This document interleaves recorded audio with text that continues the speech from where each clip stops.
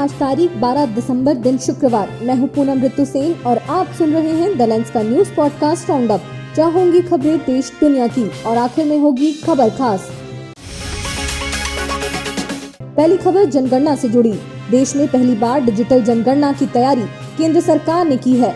आज प्रधानमंत्री नरेंद्र मोदी की अध्यक्षता में केंद्रीय मंत्रिमंडल की हुई बैठक में इसे हरी झंडी दे दी गई।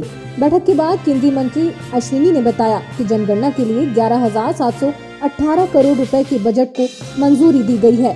डिजिटल जनगणना में मोबाइल ऐप के जरिए डेटा एकत्र किया जाएगा।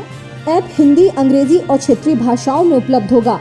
जनगणना 2 चरणों में होगी। पहला चरण अप्रैल से सितंबर 2026 तक घरों की लिस्टिंग और आवास गणना, जबकि दूसरा चरण फरवरी 2027 में जनसंख्या गणना। फिलहाल इसमें डेटा सुरक्षा को प्राथमिकता दी गई है। जाति संबंधी जानकारी इसमें शामिल होगी, लेकिन इसे बताना वैकल्पिक होगा और केवल संकलित डेटा ही सार्वजनिक किया जाएगा।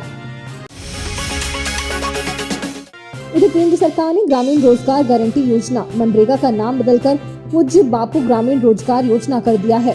केंद्रीय कैबिनेट ने आज इस प्रस्ताव को मंजूरी दे दी। इसके साथ ही ग्रामीण परिवारों को मिलने वाले गारंटीड रोजगार के दिनों को 100 से बढ़ाकर 125 कर दिया है। न्यूनतम दैनिक मजदूरी अब 240 रुपए प्रतिदिन होगी। वित्त वर्ष 2025-26 के लिए योजना को 1,51,00,000 रुपए का बजट आवंटित किया जाएगा। ये दूसरी बार है जब इस योजना का नाम बदला गया। इससे पहले मनरेगा को नरेगा के नाम से जाना जाता था, जो ग्रामीण भारत को रोजगार देने वाली सबसे सफल योजना मानी जाती है। तेलंगाना में ग्राम पंचायत चुनावों के पहले चरण में सत्तारूढ़ कांग्रेस पार्टी को बड़ी जीत मिली है। पहले चरण की 4,236 पंचायतों में से कांग्रेस समर्थित उम्मीदवारों ने लगभग 2,325 सरपंच पद जीते हैं, जो आधी से अधिक हैं। बीआरएस को 1180 और बीजेपी को 187 सीटें मिली। इस चरण में 84.28% मतदान हुआ था। राज्य में पंचायत चुनाव के 2 चरण और होने हैं, 14 और 17 दिसंबर को। इधर इंडिगो एयरलाइंस के चल रहे ऑपरेशनल संकट के बीच नागरिक उड्डयन महानिदेशालय यानी डीजीसीए ने सख्त कार्रवाई की है।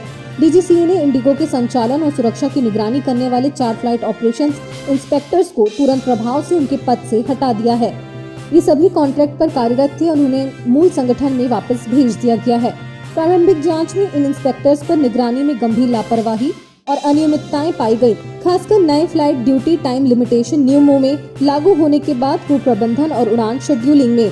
ये डीजीसीए की इस संकट में पहली बड़ी आंतरिक कार्रवाई है। बॉम्बे स्टॉक एक्सचेंज यानी बीएसई ने डाक विभाग के साथ एक महत्वपूर्ण समझौता किया है। इस साझेदारी के तहत इंडिया पोस्ट के व्यापक डाक नेटवर्क के जरिए म्यूचुअल फंड उत्पादों का वितरण किया जाएगा। इसका मुख्य उद्देश्य ग्रामीण और अर्ध शहरी क्षेत्रों में वित्तीय समावेशन को बढ़ावा देना है। बीएसई के स्टार एमएफ प्लेटफॉर्म का इस्तेमाल कर डाक कर्मियों को प्रशिक्षित किया जाएगा ताकि वे म्यूचुअल फंड वितरक बन सके। बीएसई का कहना है कि स्टार एमएफ ने म्यूचुअल फंड उद्योग की तेज वृद्धि में अहम भूमिका निभाई है। ये 3 साल का समझौता है।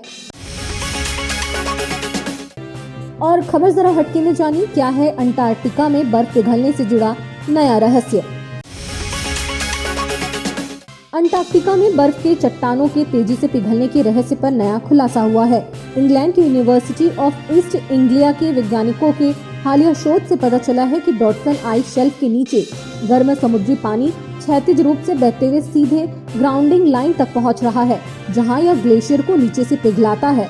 इससे बर्फ का नुकसान बढ़ रहा है और वैश्विक समुद्र स्तर पर खतरा मंडरा रहा है।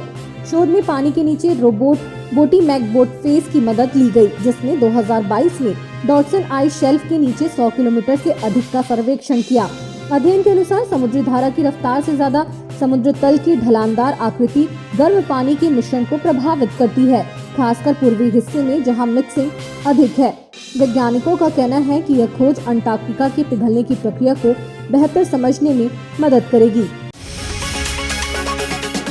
तो आज के लिए बस इतना ही। कल होगी मुलाकात नई खबरों के साथ। खबरों को विस्तार से पढ़ने के लिए विजिट करिए हमारी वेबसाइट thelens.in। यूट्यूब के अलावा हमारे पेज को एक्स, फेसबुक और इंस्टाग्राम पर भी फॉलो करें। शुक्रिया।